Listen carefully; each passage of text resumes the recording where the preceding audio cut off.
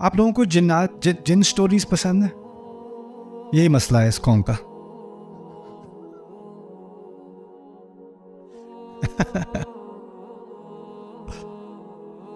جنات کے بارے میں قرآن نے بات کی ہے.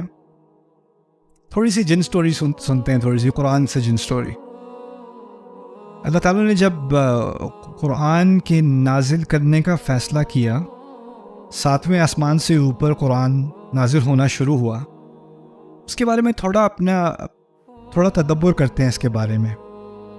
یہ جو کائنات ہے نا، پہلا سما ہے. یہ جو ستارے ہمیں نظر آ رہے ہیں نا، یہاں تک ہمیں پتہ چلا ہے کہ اس کائنات کی فزیکل یونیورس کی جو عمر ہے فی الحال تقریباً 13.9 بلین لائٹ ایئرس. یہ عمر ہے اس کی. یعنی آپ جب آسمان میں ستارے دیکھتے ہو تو وہ جو روشنی آپ دیکھ رہے ہو نا ستارے کی، اس کو 13.9 بلین سال لگے ہیں آپ کی آنکھ تک پہنچنے میں. 14 بلین سال اس کو لگے ہیں. آپ کو پتہ ہے روشنی کی سپیڈ، اس کی رفتار کیا ہے، لیکن اس رفتار کے باوجود وہ اتنا سفر کر کے آپ کی آنکھ تک پہنچی ہے. شاید آپ کو اندازہ ہو نہ ہو، جب آپ سورج کی روشنی کو دیکھتے ہو تو وہ روشنی آپ کی آنکھ تک پہنچنے میں اس کو 8 منٹ لگتے ہیں. آپ سورج کو نہیں دیکھ رہے، آپ سورج کو جو جیسے وہ 8 منٹ پہلے تھا وہ دیکھ رہے ہو اصل میں، کیونکہ اس کی روشنی کو یہاں تک آنکھ تک پہنچنے میں 8 منٹ لگ جاتے ہیں. تو آپ اندازہ کریں ستارے کتنے اربوں کے اوپر وہ ستارے آپ کی آنکھ تک پہنچ رہے ہیں. ٹھیک ہے، تو آپ تاریخ کو دیکھ رہے ہو. جب آپ کسی ستارے کو دیکھ رہے ہو نا، تو ایک بہت قدیم تاریخ کی طرف آپ کی نظر جا رہی ہے. اللہ تعالیٰ نے فرما دیا وَلَقَدْ زَيَّنَّا السَّمَاءَ الدُّنْيَا بِمَصَابِيحَ. ہم نے سب سے نچلا آسمان، کتنے آسمان ہیں؟ 7. اللہ کہتے ہیں سب سے نچلا آسمان میں نے ستاروں سے مزین کیا.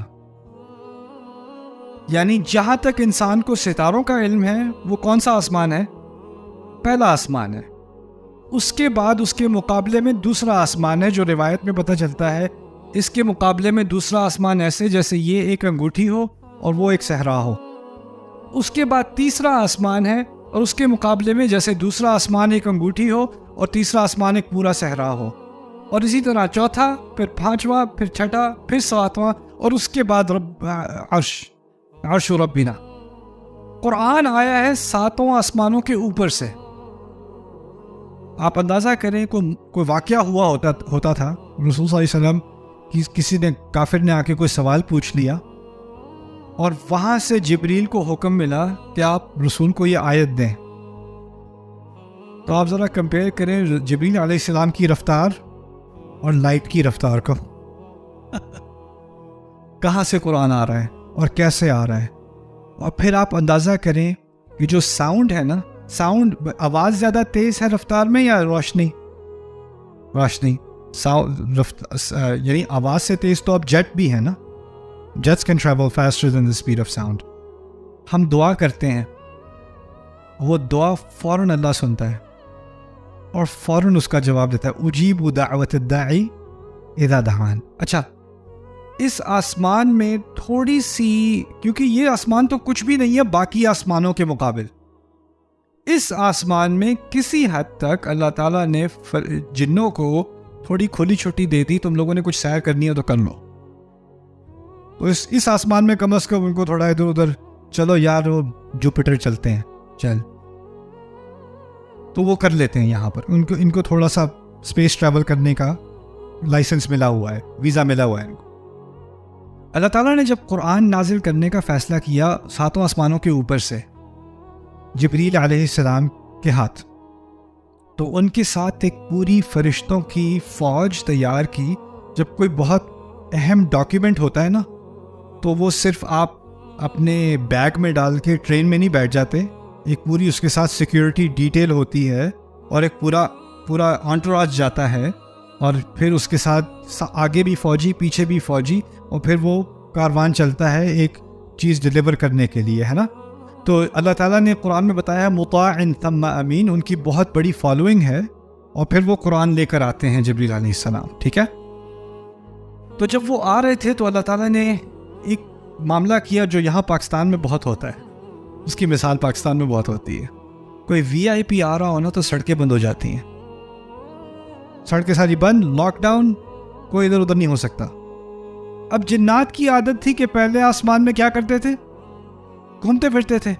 ایک دم سے اوپر جا رہے ہیں، آسمان بند ہے، گارڈ کھڑے ہوئے ہیں، کوئی نہیں جا سکتا آسمان، سارے زمین پہ بیٹھو، دنیا میں بیٹھو سارے۔ ابھی ان کو عادت تھی باہر گھومنے پھرنے کی، اب سارے کے سارے جن کہاں پھنسے ہوئے ہیں؟ دنیا میں۔ انہیں پتہ نہیں یہ لاک ڈاؤن ہوا کیسے، یہ کس چیز کا لاک ڈاؤن ہے یہ؟ ہم جب بھی جاتے ہیں اوپر، ہم پہ شوٹنگ ہوتی ہے، ہمیں نیچے بھیج دیا جاتا ہے، ہم جا ہی نہیں سکتے باہر۔ اب دنیا میں قید ہو گئے سارے کے سارے جن۔ اب وہ جب قید ہوئے، کیوں قید ہوئے؟ کیونکہ کیا آ رہا ہے آسمان سے؟ قرآن نازل ہو رہا ہے۔ قرآن کے نازل ہونے کے لیے تمام آسمان کو لاک ڈاؤن کر دیا، اور جنات زمین میں قید ہو گئے کچھ عرصے کے لیے۔ اب وہ جب قید ہوئے تو ان کو تھوڑی بتایا تھا قرآن نازل ہو رہا ہے اس لیے تمہیں لاک ڈاؤن کیا جا رہا ہے۔ ان کو نہیں پتا کہ کیوں ہوا ہے یہ لاک ڈاؤن، کیوں بند کیا گیا ہے۔ تو جب یہ لاک ڈاؤن ہوا تو انہیں پتا تھا یہاں کچھ ہونے والا ہے بھائی، یہاں کچھ تو ہونے والا ہے یہاں پہ، ہمیں پتہ نہیں کیا ہونے والا ہے لیکن کچھ تو ہونے والا ہے۔ تو اس پر انہوں نے تبصرہ کیا، نہ جانے، کہتے ہیں وَأَنَّا لَا نَدْرِي، اور ہمیں کچھ علم نہیں تھا، کچھ کلو نہیں تھا ہمیں، أَشَرٌ أُرِيدَ بِمَنْ فِي الْأَرْضِ أَمْ أَرَادَ بِهِمْ رَبُّهُمْ رَشَدًا، کیا کوئی شر یعنی کوئی بہت بڑا نقصان، کوئی بہت خراب کام ہونے والا تھا، جو خراب کام کی نیت تھی اہل زمین کے لیے، یا ان کا رب ان کے لیے کوئی ہدایت چاہ رہا تھا؟ ہمیں نہیں پتا تھا کہ ان میں سے کیا، یا تو کوئی ہدایت آنے والی ہے، یا اس دنیا کو برباد کیا جانے والا کوئی بہت بڑا شر اس طرف آ رہا ہے، ہمیں نہیں پتا تھا۔ یہ تعبیر ہے اشر ارید بمن فی الارض ام اراد بہم ربہم رشدا۔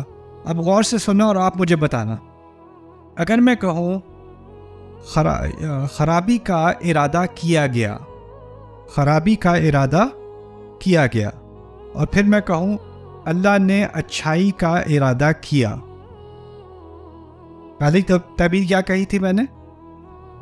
خرابی کا ارادہ کیا گیا۔ جو پہلی تعبیر ہے اس میں نے اللہ کا ذکر کیا نہیں، کس کا ارادہ ہے اس کا ذکر کیا نہیں۔ دوسری میں جب میں نے کہا اللہ نے اچھائی کا ارادہ کیا، اللہ کا ذکر کیا۔ جنات کو اس وقت سے بھی اللہ تعالیٰ کے بارے میں بات کرنے کی تمیز ہے، برائی کے لفظ کے ساتھ اللہ تعالیٰ کو منسوب نہیں کریں گے، کہیں گے کیا کوئی برائی تھی جس کا ارادہ کیا گیا تھا زمین والوں کے لیے؟ اللہ تعالیٰ کا لفظ استعمال نہیں کیا۔ اچھائی کی، ہدایت کی بات آئی، کیا کہتے ہیں؟ ام اراد بہم ربہم رشدا، یا پھر ان کے رب نے ان کے لیے کوئی ہدایت کا ارادہ کیا تھا، کسی ہدایت کا ارادہ۔ سبحان اللہ، ہر چیز اللہ تعالیٰ کی طرف سے ہے، لیکن اللہ تعالیٰ کے معاملے میں ادب اور تمیز کا ایک تقاضا ہے۔ قرآن صرف معلومات نہیں دیتا، اللہ تعالیٰ کے بارے میں بات کرنے کی تمیز بھی سکھاتا ہے۔ فلسفی جو ہے نا، وہ خدا کے بارے میں جیسے چاہے بات کرے، کیا خدا کوئی ایسا پتھر اٹھا سکتا ہے جو جو اٹھانے کے لیے ناممکن ہو، یا کوئی ایسا پتھر بنا سکتا ہے جس کو وہ کبھی نہ اٹھا سکے؟ اس طرح کی باتیں وہ بکواس کرتے ہیں اللہ تعالیٰ کے بارے میں۔ کیوں؟ کیونکہ اللہ تعالیٰ کے بارے میں وہ صرف ایک فلسفی کانسیپٹ کے لحاظ سے بات کر رہے ہیں، ان کو اللہ تعالیٰ کے معاملے میں کوئی لحاظ، کوئی ادب، ان کی عظمت کا کوئی بالکل احساس نہیں ہے۔ لیکن جنات کو نامعلوم ہوتے ہوئے بھی اتنا احساس ہے کہ کوئی خرابی کی بات کریں گے تو ساتھ میں کس کا لفظ استعمال نہ ہو؟ اللہ تعالیٰ کا یہ لفظ استعمال نہ ہو۔